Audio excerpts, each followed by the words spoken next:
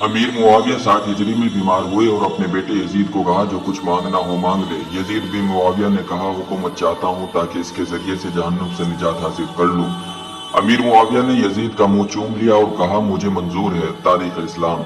चुनांचे अमीर मुआविया यजीद जैसे दुश्मन इस्लाम को खलीफा बनाकर रजब 60 हिजरी में इंतकाल कर गया।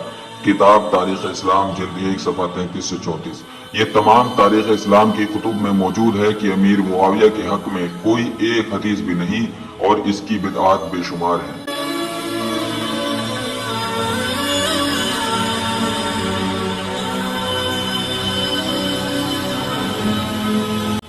किताब तत्हीर अल जना मौज़ूआत कबीर मुल्ला अली क़ादरी सफ़ा 28 फ़तह अल बारी में है कि अमीर मुआविया के हक में कोई भी खबर सही नहीं। यही वजह है कि इमाम बुखारी रहमतुल्लाह अलैह ने अपनी सहीह बुखारी में अमीर मुआविया के मुतालिक कोई बाब कायम नहीं किया। किताब मुहाज़रात इमाम रागी अस्फ़हानी में है कि हज़रत अली अलैहिस्सलाम ने फरमाया था कि मुआविया के गले में जब तक ईसाइयों की सलीब यानी ईसाइयों में एक मजहबी इलामत है जिसे ईसाई लोग निजात की अलामत समझते हैं। मौला अली ने फरमाया कि जब तक मुआविया के गले में यह सलीब ना पड़ेगी तब तक इसे मौत ना आएगी। चुनांचे आखिरी वक्त में जब मुआविया बीमार हुआ तो एक नसरानी हकीम ने अमीर मुआविया के गले में शिफा के लिए सलीब डाल दी। इसके बाद अमीर मुआविया का इंतकाल हो गया। कोई शख्स साहिब इल्म ऐसा होगा जो इस बात को ना मानता होगा कि अमीर मुआविया ने तमाम उम्र हजरत अली को अजियत पहुंचाई और फिर शहीद भी करवाया, और इसी तरह मुआविया की औलादों ने हजरत अली अलैहिस्सलाम की औलाद अतहार को अजियत पहुंचाई और शहीद किया। मगर अफसोस कुछ लोग इसको जबान से कहते हैं और कुछ दिल में रखते हैं मगर मानते सब हैं।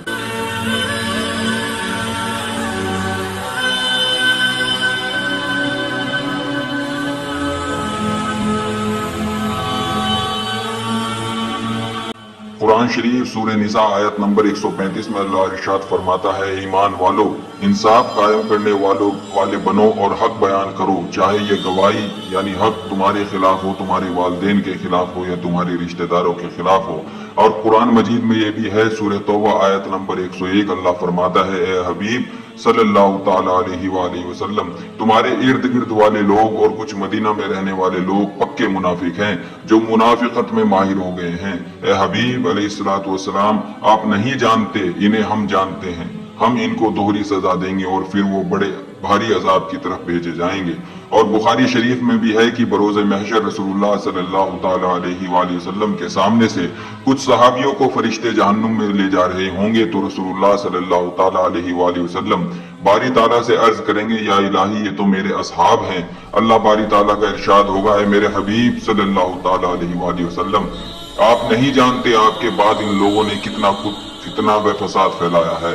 नोट, अब गौर करें, जब कुरान व हदीस में आ गया कि कुछ सहाबी मुनाफिक भी होंगे जिन पर अजाब होगा, तो हम क्यों मुनाफिक सहाबी को मुनाफिक और मोमिन सहाबी रसूल को मोमिन नहीं कहते?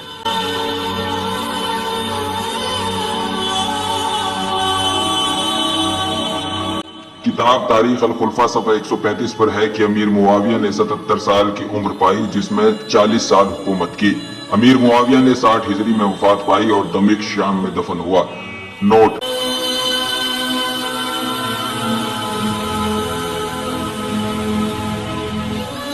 मैं कहता हूं कि अमीर मुआविया ने जो कुछ भी अपनी जिंदगी में किया वो तमाम एक तरफ, और मुआविया का हजरत मौला इमाम अली अलैहिस्सलाम और इमाम हसन अलैहिस्सलाम को शहीद करवाना एक तरफ। यकीन करना चाहिए कि अमीर मुआविया की बख्शिश दुश्वार, नामुमकिन और मुहाल है। क्योंकि रसूलुल्लाह सल्लल्लाहु ताला अलैहि वसल्लम ने इरशाद फरमाया, कोई शख्स तमाम जिंदगी हजर अस्वद और मुकाम इब्राहिम के दरमियान नमाज पढ़ता रहे और रोजे रखता रहे मगर इस हाल में मरे कि इसके दिल में हम अहले बैत का बुग़्ज़ था तो वो शख्स जहन्नुम में जाएगा। लाइक एंड सब्सक्राइब शान अहले बैत अलैहिस्सलाम।